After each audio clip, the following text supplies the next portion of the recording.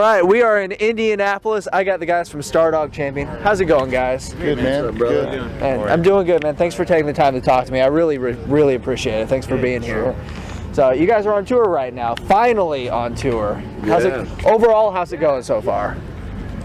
All right. You know, we're getting tighter as a band. Good. This whole tour is kind of our first time out as this band, so we're working out the kinks and just kind of getting the whole machine rolling, you know, and having a little fun on the way. Awesome. What are some of the cities that have really stuck out, maybe kind of raised the bar a little bit so far? They've really stuck out. Aaron?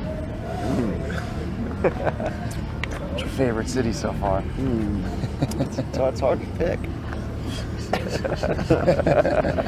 You know, honestly, in New York, we played in New York City. I thought that was At the club, what was the club? Tobacco Road. Tobacco Road. Okay. And the crowd was a lot of fun at that one. Awesome. Yeah. Small joint, a lot of energy. Yeah. Awesome. Yeah. Tons of Everyone was energy. digging it there. So that was Awesome. probably as far as. The last band I interviewed said New York was the standout city so Really? far too. Yeah. Yeah, it's hit or miss there usually because, you know, there's so much shit going on. Right. There's so much shit going on there that, you know, it's hit or miss that you can play to 500 people or you can play to 5. So Yeah. it ended up being a good night. And New York City just kind of has that buzz and hype around it a little bit too, you know. yeah. So you guys are out. You're supporting Exhale. Yeah. Great piece of work. Yeah, Great music. Great record. Thanks, buddy. Yeah, absolutely loved it. I think that record is probably on repeat at least once a day for me. Nice. Because your CD player's broken, or? No, because Oh, it's by choice. yeah, Oh, cool. yeah. Believe it or not, it was by choice. I've heard it a And, couple times too. That's good. What do you think so far? I'm on like the third tune so far. So Getting to those deep cuts. yeah, the B Third side. or number 4. All right. It's gonna be Deep heavy. cut. I heard Yes. a lot about that. Bonus tracks. That's the ballad, if I'm not mistaken. No, it turned out pretty cool. It did, We just did a little record just to get things going.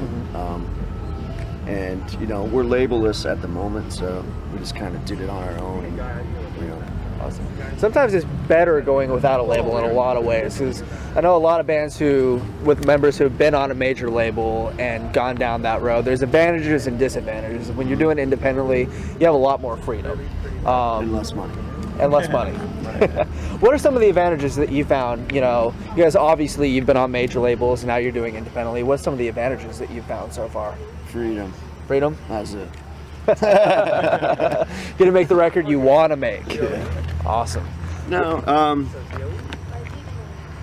I don't know. In my personal experience, I don't know if the other guys might have a different tune, but I was never associated with a label that told us what to do, so I never had that kind of experience. I've had really good experiences with record labels, so I don't have horror stories like some other guys do. So Good. To me, being on labels is a great thing. So, Okay. Cool. Well, what were some of the things when writing, recording, putting the record together that maybe happened along the way you just really you didn't see it coming that really maybe helped contribute to the overall product? John Fogerty was next door the day when we started. That would be recording cool. drums. Yeah. That would be cool. I thought that Okay. there was some vibe, there was some I can do that mojo, on you know. record. I can roll with that. You can hear that. Fogerty's influence, That right? one D chord I played, I can hear that. Right, That was right. definitely Yeah. John Fogerty. No, but it was cool. I mean, when we were going to do drums, you know, the next morning, Fogerty's, you know, crew rolled up. You know, did you get a chance to see him? Yeah, a little bit. You know, he just kind I of. mean, you used Matt Sorum's snare drum on one Yeah, of the songs. he's a- From the Nice. November Rain. Nice. November Rain That would song. be That's awesome. Oh, snares on there. mojo sprinkled in there. Yeah. Little mojo. So- I mean, I think being in Hollywood where we recorded Yeah, being it, in LA helped a lot. I think just the general atmosphere of it and the mood and the vibe there, I think contributed to. It's a warm weather record. Yeah, It is. Yeah, it felt is. good when we were there. You know, we weren't like hauled up in some like, you know, cold, dingy, dark basement recording it. It Sun was shining every day. sunshine, eating palm good trees. food. Nice. It was fun. Sounds like a good recording experience to me. I kind of want to go there now. Let's do it. So how many songs do you guys have written overall for the record when you went in to record? I know a lot of bands, they write, you know, sometimes over 100 songs. They'll pick like 18 or 19 to go on the final. Yeah, I mean, I think as thrown out as a band, we had like 30 or so. Okay. So how do you narrow it down to, you know, these are the tracks, these are the songs we're going to use? It's actually easier than you think. It's because, Well, the way we did it this time. yeah, I mean, everyone just says now on that song, or it's usually like, Pretty close to unanimous, right? yeah, and the producer helped too. They'll just be like, well, that song, you know, might connect for you guys, but it doesn't connect to an outsider. So Okay. it's a pretty easy process. I mean, as long as you're willing to sacrifice your own ideas, unless you got like, you know, that's really hung up on his own stuff, it's kind of easy to whittle it down. Okay. You know. Cool. So down the road, maybe a full-length record somewhere down the road, another record somewhere sometime Yeah, soon. Yeah. Okay. I think Probably the after EP the store. thing though might be Nice. EP thing might be we just keep putting out EPs. Or A lot of bands put are out- doing that now. Put out a song a month or something. I don't know where it's gonna head in the trends of music, but I think I prefer personally to put out more music more often, you know, than you know the old school way of Tool or something like that, where they go 5 years between records. I think 5 years is a long time in today's society. You know, like if you don't keep going on. Seven issues. Yeah, I mean, there's like generations. You know, They're there's like supposedly still working on. half of an era has passed in that time. Yeah. You know, where like all of Facebook happened since. Yeah. You know what I mean? Yeah. So- MySpace went mean- away. yeah.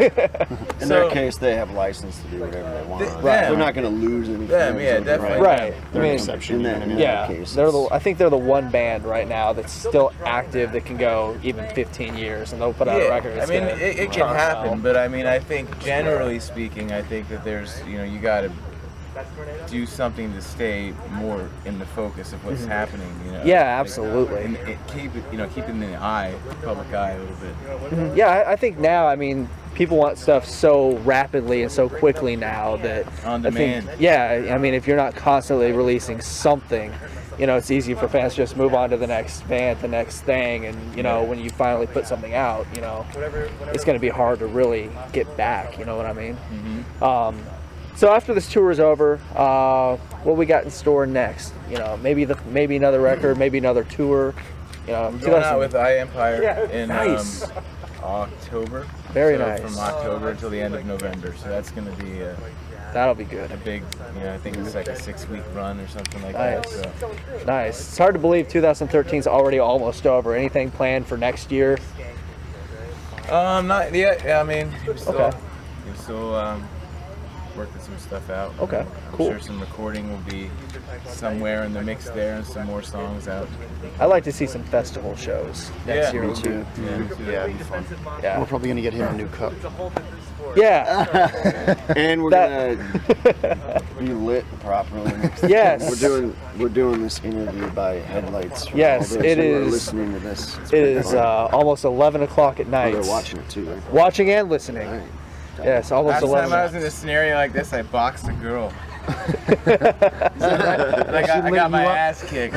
She was like a Golden Gloves boxer, like all these That's just- cars around. Why would you put yourself in that was, situation? There might have been some adult There was- beverages. Oh yeah, that makes sense. It's like, oh yeah, I can do that. Variety.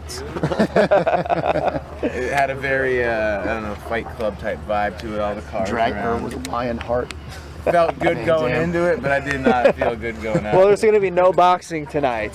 Hopefully, no He's not $1 boxing. million, baby. I'm not. He's like a $10. I'm like a $10. Guys, thank you guys so much for taking the time to talk to me. Yeah, man.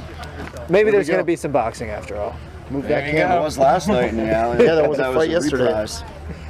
Man. It's fun. Well, guys, have a great show. Looking forward to it. I've been looking forward to this for a while. So. Appreciate it, man. Yeah, thank you, Thank you. guys.